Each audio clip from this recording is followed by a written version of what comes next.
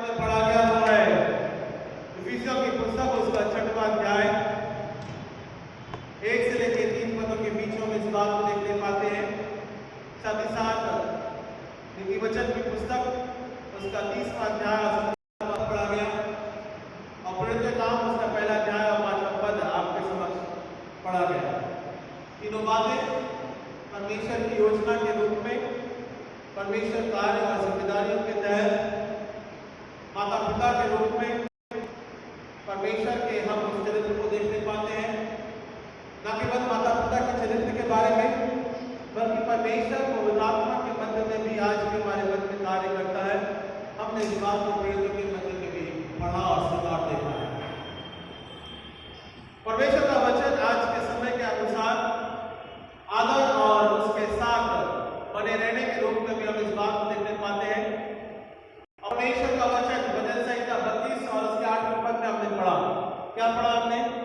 कि आज्ञा के मानने वाले हमें बनना बहुत जरूरी है ना। आज्ञा के अनुसार चलना बहुत जरूरी है। इसी प्रकार से हमने इंतखाबी सबक के रूप में इस बात को हम पढ़ते हैं और देखते हैं। तो तमाम बातें जो है वो मनुष्य जीवन के साथ में इस बात को प्रेरित करती है कि परमेश्वर हमारे जीवन में अपने आप के जीवन के रूप में हमारी अगुवाई करने वाला परमेश्वर है। माता पिता के तहत वो अपने जीवन और जिम्मेदारियों को पूरा करता है और न केवल माता पिता के रूप में बल्कि पवित्र आत्मा के तहत भी आज भी और इस समय भी अपने कार्य को पूर्ण करने में निपुण है। मतलब सामर्थ्य है, योग्य है, जिसे हम कहते हैं सामर्थ्य द्वारा वो अगुवाई करने वाला हमारा परमेश्वर है। परमेश्वर का वचन आज माता पिता और उनके जीवन और पारिवारिक जीवन के बारे में या विषय के अनुसार हम प्रार्थना करते हैं और उसी के अनुसार अपने विषय के अनुसार आज हम संडे को भी मनाते हैं।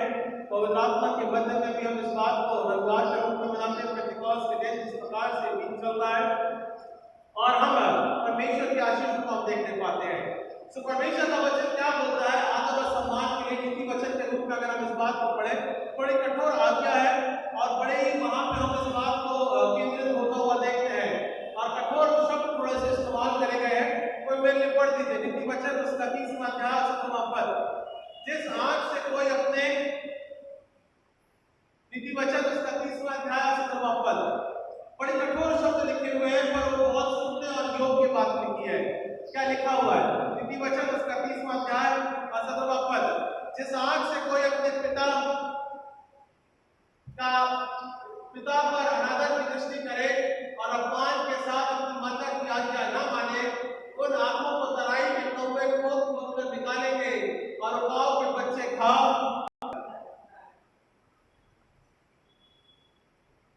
आदर और सम्मान जीवन के रूप में एक जिम्मेदारी परमेश्वर ने हमारे लिए चढ़ाई है। अगर हम माता पिता का आदर करते हैं तो जीवन के फल को हम खाने पाते हैं, क्योंकि योग्य बातें उसी में लिखी गई है। जिस प्रकार से परमेश्वर ने निर्गमन की पुस्तक के अनुसार 5वीं आज्ञा लगाई कि माता पिता की शिक्षाओं का या फिर उसके बोलने का या वचन का आदर करना, सम्मान करना या उसके अनुसार चलना, ये वो शिक्षा जो परमेश्वर हमको देता है पुराने नियम के अनुसार।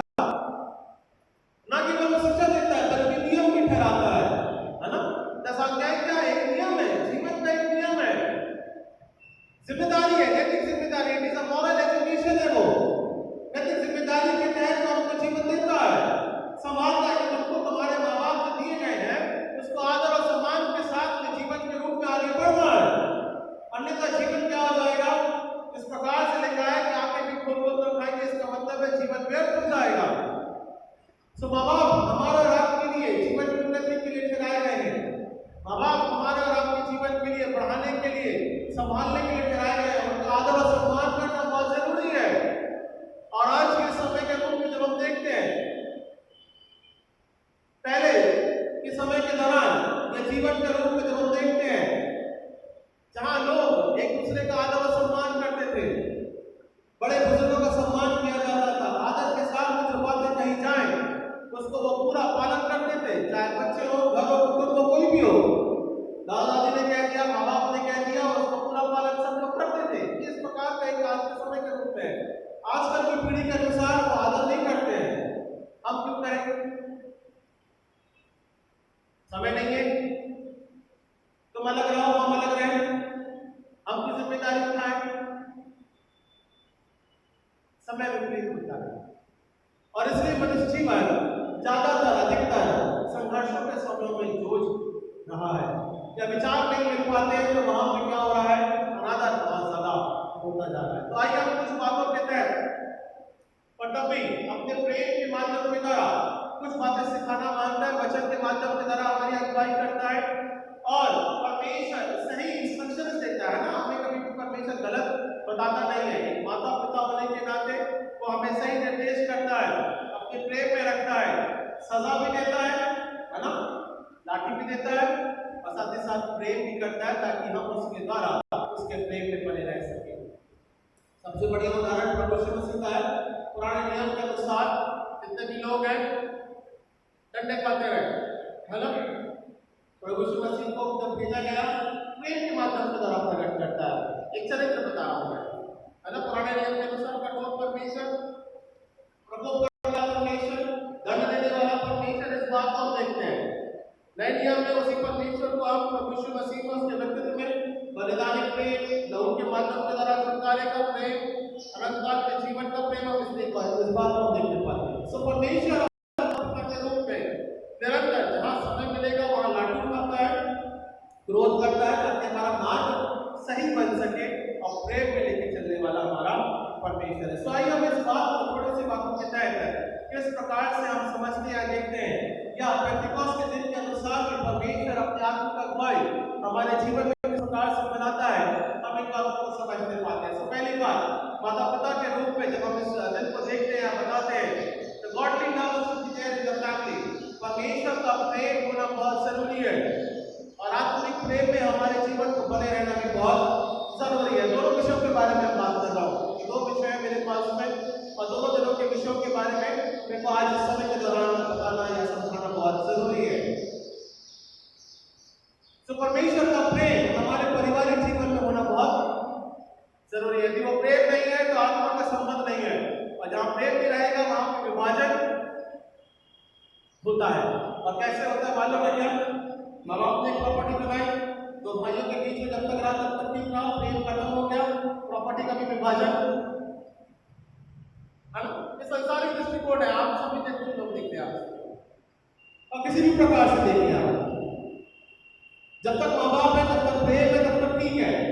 जब दो भाइयों का प्रेम आपस में खत्म हो जाता है तो विद्रोह का उत्पन्न होता है। केन और हाबिल के जीवन को भी हम देखते हैं, है ना। जब प्रेम खत्म हो जाता है, जब संबंध खत्म हो जाता है, वहां विद्रोह उत्पन्न हो जाता है। सम्मान करना बहुत जरूरी है, प्रेम बने रहना बहुत जरूरी है। यूहन्ना की पुस्तक उसके 15वें अध्याय और 9 से 12 पदों में 11 पदों के बीच में हम इस बात को देखते हैं। जैसा पिता मुझसे प्रेम, जॉन 15 वर्स 9 to 11, जैसा पिता मुझसे प्रेम रखता है वैसे मैं भी मुझसे प्रेम क्या करता हूं, तो उससे प्रेम रखा, मेरा प्रेम में बने, है ना। परमेश्वर के प्रेम में बने रहना बहुत जरूरी है, क्योंकि परमेश्वर चाहता है कि जो प्रेम की भाषा वो बोलना मांग रहा है, जिस प्रेम के बारे में वो प्रकट कर रहा है, वो स्वर्गीय प्रेम के बारे में है।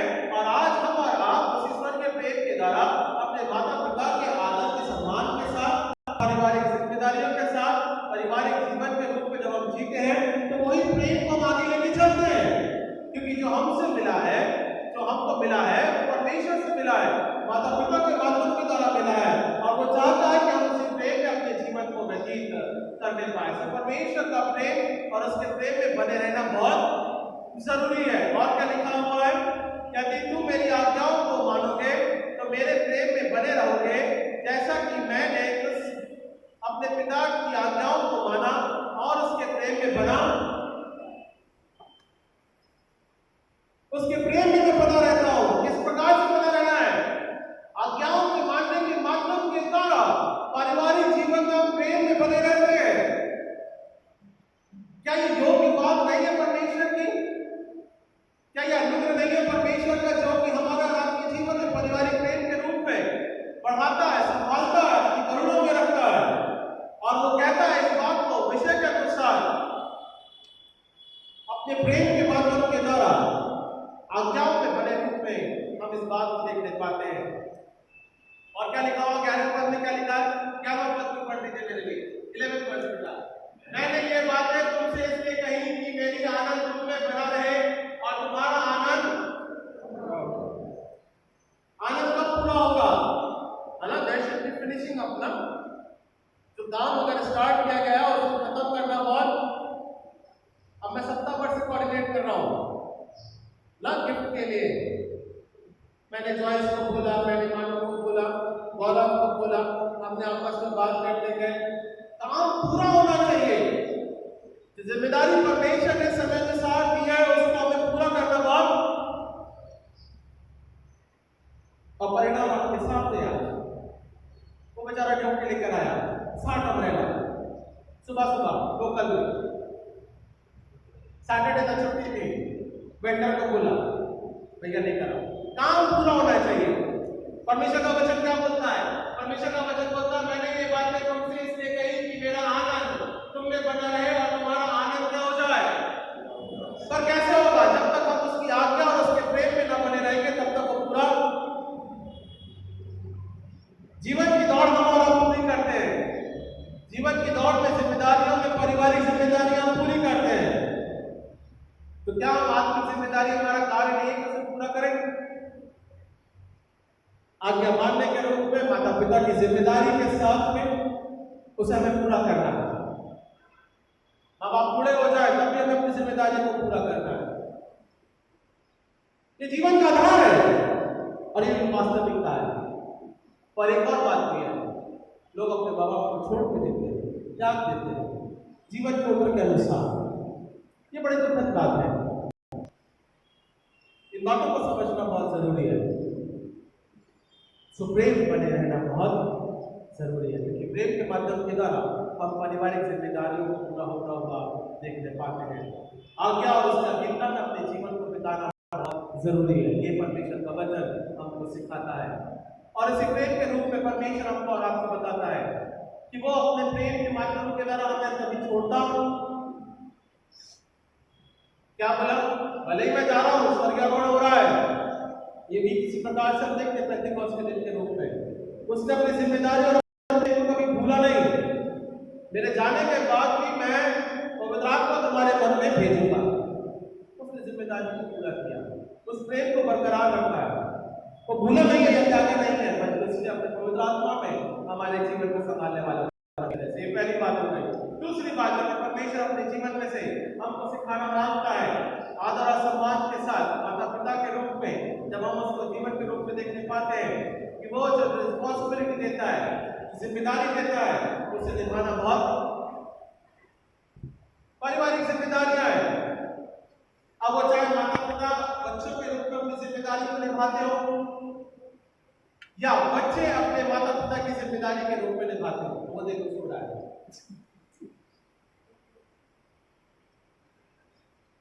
ना, वो 15 है, तुरंत उठेगा और कान काट देगा। बड़बड़ाने का मतलब नहीं निकल पाता है।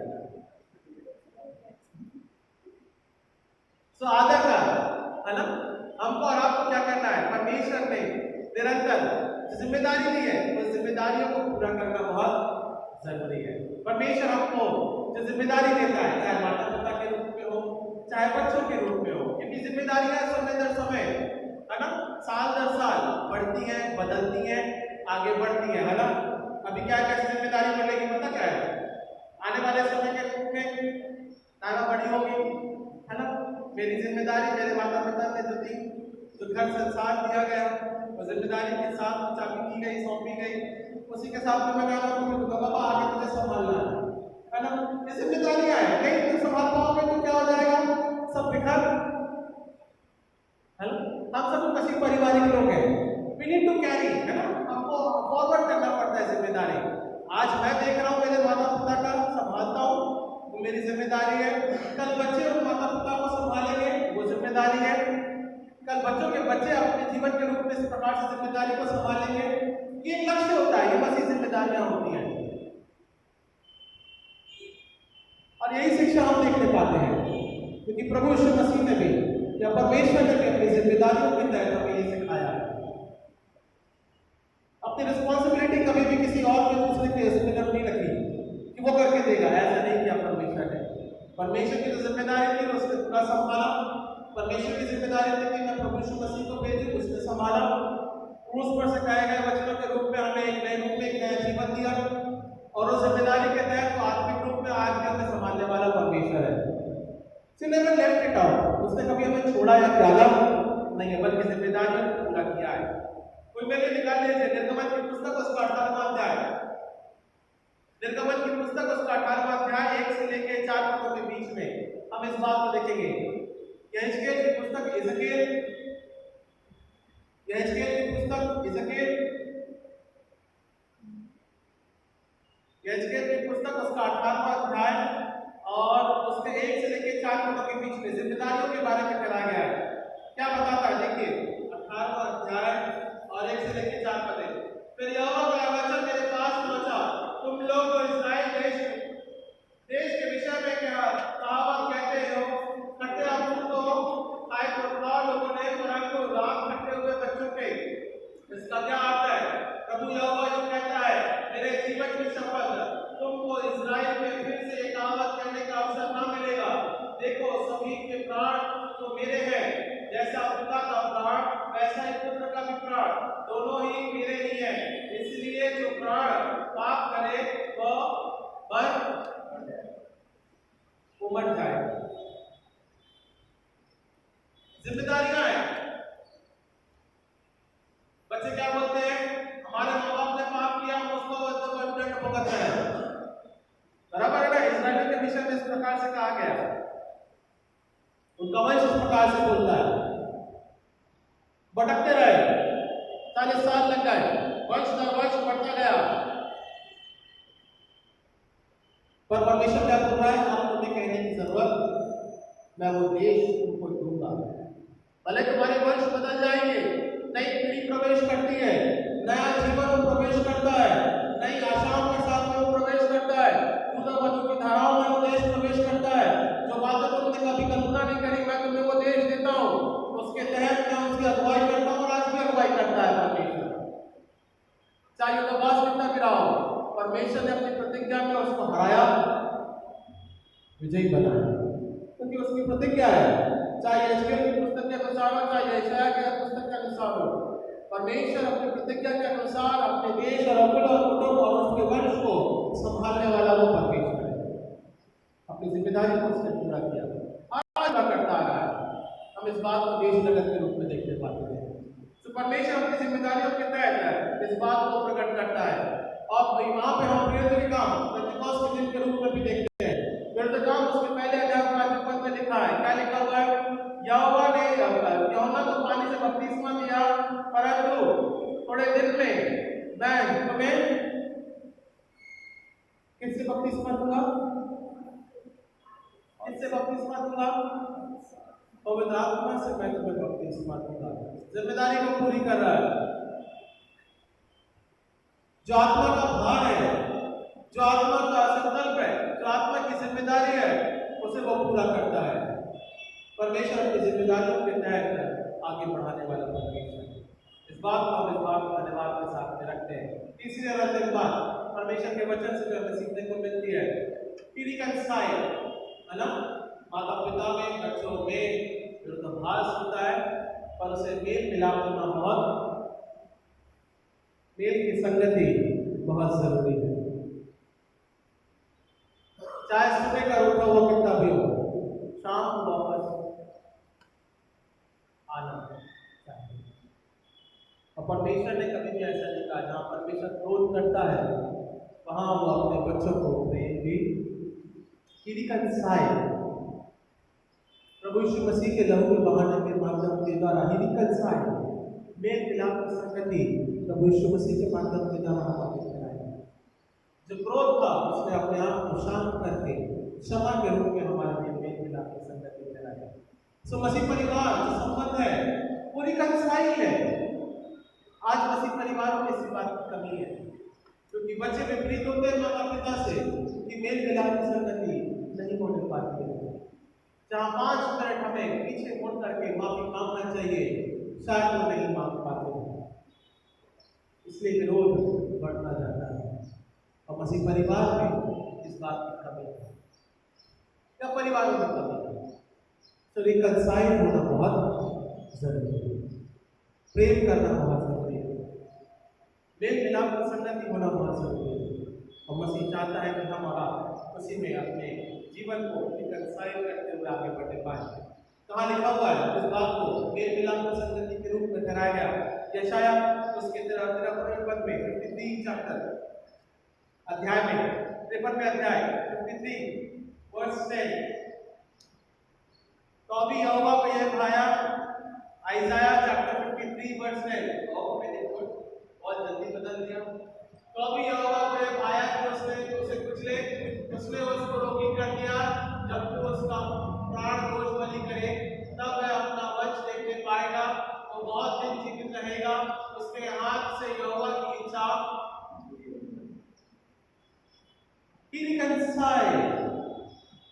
परमेश्वर ऐसे नहीं है हमारा माता पिता, या उसका चरित्र जिस प्रकार से हम देखते हैं वो वाकई में माता पिता है, इसलिए क्योंकि वो हमसे प्रेम रखता है और मेल मिलाप की संगति प्रभु यीशु मसीह के माध्यम के द्वारा वो हमारे बढ़ा देता है। उसने पहले ही पुराने नियम के अनुसार, लोग मुझे कठोरता से देखते हैं, सुनते हैं, समझते हैं, इसलिए पुराने नियम के अनुसार ही उसने इन बातों का खुलासा कर दिया। देख, मैं वो अपने लहू बहाने के माध्यम के द्वारा या पुत्र के लहू बहाने के माध्यम के द्वारा मैं उसे मेल मिलाप की संगति को ठहराता हूं।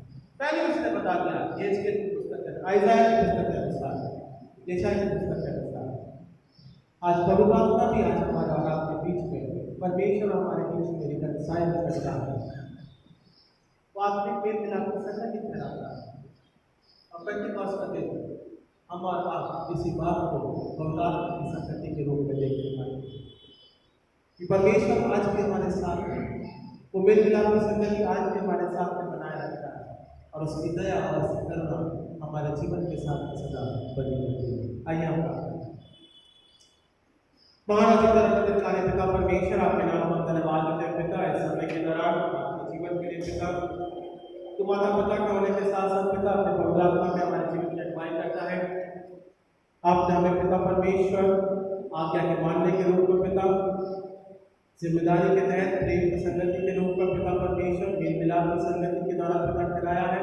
सब धन्यवाद देते हैं पिता, आपका प्रेम, आसमानी प्रेम पिता परमेश्वर सदा हमारे जीवन में बना के रखना, ताकि हम संसारिक जीवन के तहत पिता परमेश्वर जीने पाए पिता। क्योंकि पिता जिम्मेदारी आपने दी है संसारिक माता पिता के रूप में, बच्चों के रूप में पिता, तो तमाम बातों के साथ पिता परमेश्वर आपके नाम को हम धन्यवाद देते हैं। आपकी दया और आपकी करुणा सदा हमारे जीवन के साथ बने रहने पाए, इस बात को अपराध करता प्यारे बेटे प्रभु यीशु मसीह के नाम से मांगते हैं, आमीन।